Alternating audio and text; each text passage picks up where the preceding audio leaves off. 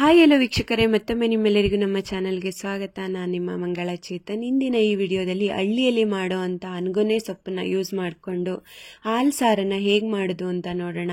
ಅದಕ್ಕೂ ಮುಂಚೆ ನೀವೇನಾದರೂ ಈ ಚಾನಲ್ಗೆ ಫಸ್ಟ್ ಟೈಮ್ ಭೇಟಿ ಕೊಟ್ಟಿದ್ರೆ ಮಿಸ್ ಮಾಡದೆ ಲೈಕ್ ಮಾಡಿ, ಶೇರ್ ಮಾಡಿ, ಹಾಗೆ ಸಬ್ಸ್ಕ್ರೈಬ್ ಮಾಡಿ.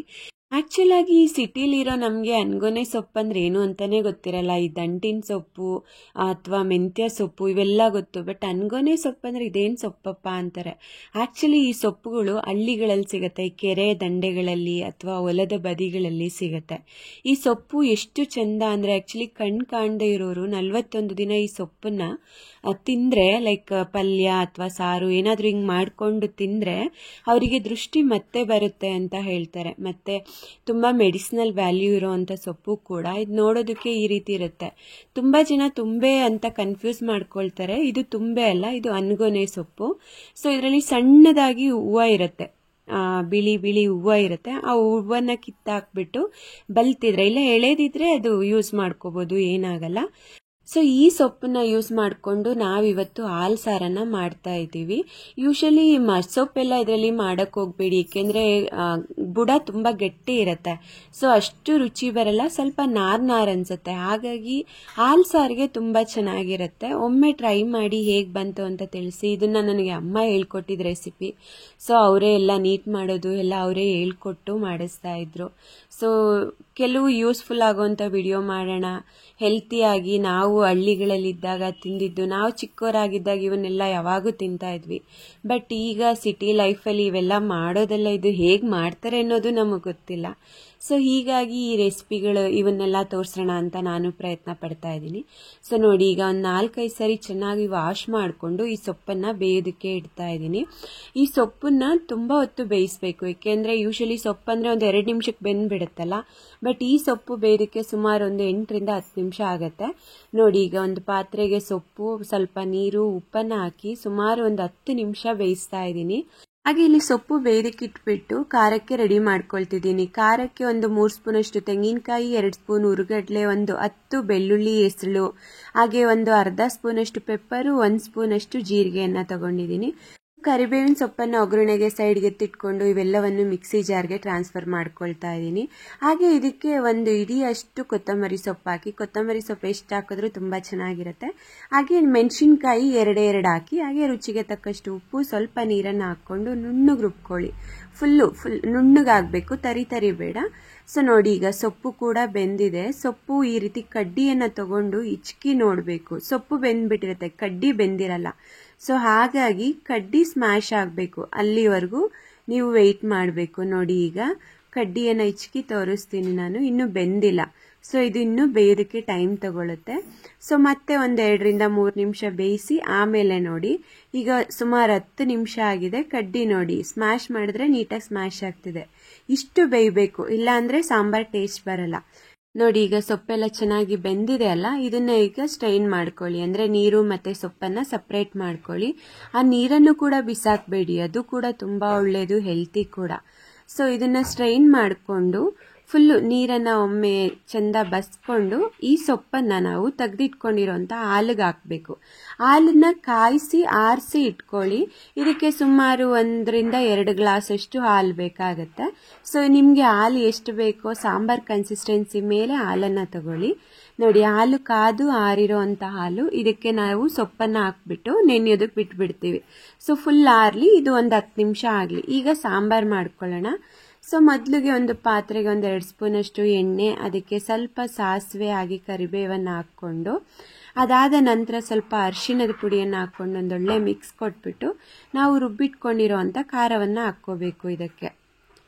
ಸೊ ಮತ್ತೆ ಈ ಮಿಕ್ಸರ್ ಜಾರಿಗೆ ನಾವು ಆಲ್ರೆಡಿ ಫಿಲ್ಟ್ರ್ ಮಾಡ್ಕೊಂಡಿದ್ವಲ್ಲ ಸೊಪ್ಪು ಬೇಯಿಸಿದಂಥ ನೀರು, ಅದೇ ನೀರನ್ನು ಹಾಕ್ಕೊಂಡು ರಿನ್ಸ್ ಮಾಡಿ ಹಾಕ್ಕೊಳ್ಳಿ. ನೀರನ್ನು ವೇಸ್ಟ್ ಮಾಡಬೇಡಿ. ಸೊ ಅದೇ ನೀರನ್ನು ಹಾಕಿ ರಿನ್ಸ್ ಮಾಡಿ ಹಾಕ್ಕೊಳ್ತಾ ಇದ್ದೀನಿ.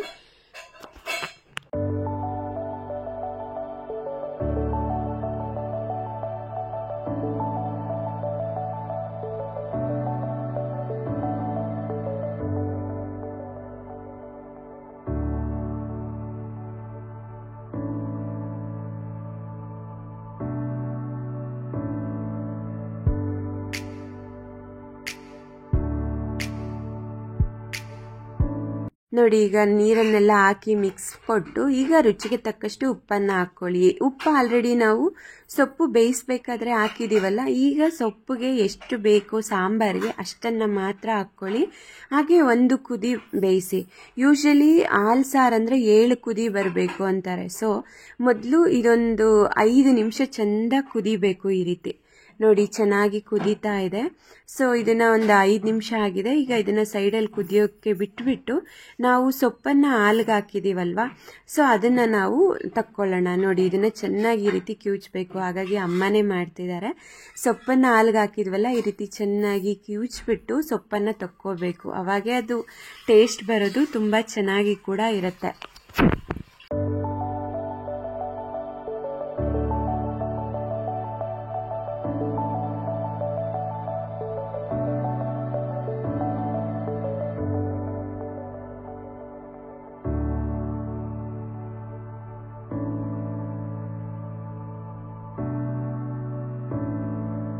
ಈ ಸೊಪ್ಪನ್ನು ಈ ರೀತಿ ತಕ್ಕೊಂಡು ಹಾಲನ್ನು ಅಲ್ಲೇ ಬಿಡ್ತಾರೆ. ಈ ಹಾಲನ್ನು ನಾವು ಈಗ ಸಾರಿಗೆ ಮಿಕ್ಸ್ ಮಾಡಬೇಕು.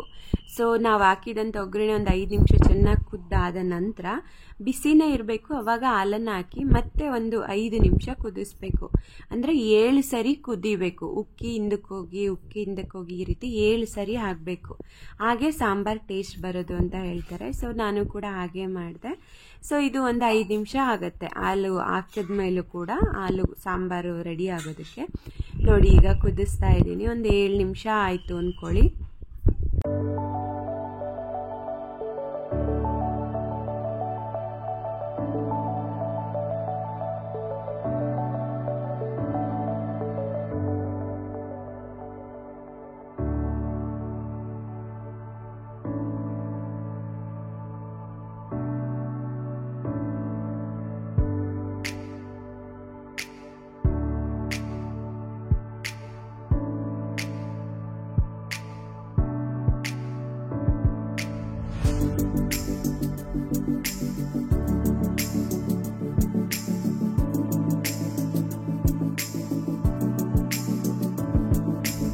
ಸಾಂಬಾರು ಕೂಡ ರೆಡಿ ಆಗಿದೆ. ಸೊ ಇದನ್ನು ಮುದ್ದೆ ಅಥವಾ ಅನ್ನದ ಜೊತೆ ಅಂತೂ ತುಂಬ ಚೆನ್ನಾಗಿರುತ್ತೆ. ಸೊ ನೋಡಿ ಸೊಪ್ಪು, ಅನ್ನ, ಅದ್ರ ಜೊತೆಗೆ ಹಾಲು ಸಾರು. ನಿಮ್ಗೇನಾದರೂ ಗಂಟ್ಲು ಸರಿ ಇಲ್ಲ, ಕೋಲ್ಡ್ ಆಗಿದೆ, ಅಥವಾ ಏನಾದರೂ ಮಸಾಲ ಸಾರನ್ನು ಮಾಡಿಕೊಂಡು ತಿಂದು ಬೇಜಾರಾಗಿದೆ ಅಂದರೆ ಒಮ್ಮೆ ಈ ರೀತಿ ಹಾಲು ಸಾರನ್ನು ಟ್ರೈ ಮಾಡಿ. ಹೇಗೆ ಬಂತು ಅಂತ ಕಮೆಂಟ್ ಬಾಕ್ಸಲ್ಲಿ ತಿಳಿಸಿ. ಹಾಗೆ ನಿಮಗೆ ಇಂದಿನ ಈ ವಿಡಿಯೋ ಏನಾದರೂ ಇಷ್ಟ ಆಗಿದರೆ ಮಿಸ್ ಮಾಡದೆ ಲೈಕ್ ಮಾಡಿ, ಶೇರ್ ಮಾಡಿ, ಸಬ್ಸ್ಕ್ರೈಬ್ ಮಾಡಿ. ಹಾಗೆ ಹೆಚ್ಚಿನ ಅಪ್ಡೇಟ್ಸ್ಗಳಿಗಾಗಿ ಬೆಲ್ ಐಕಾನ್ನ ಒತ್ತೋದನ್ನು ಮರಿಬೇಡಿ.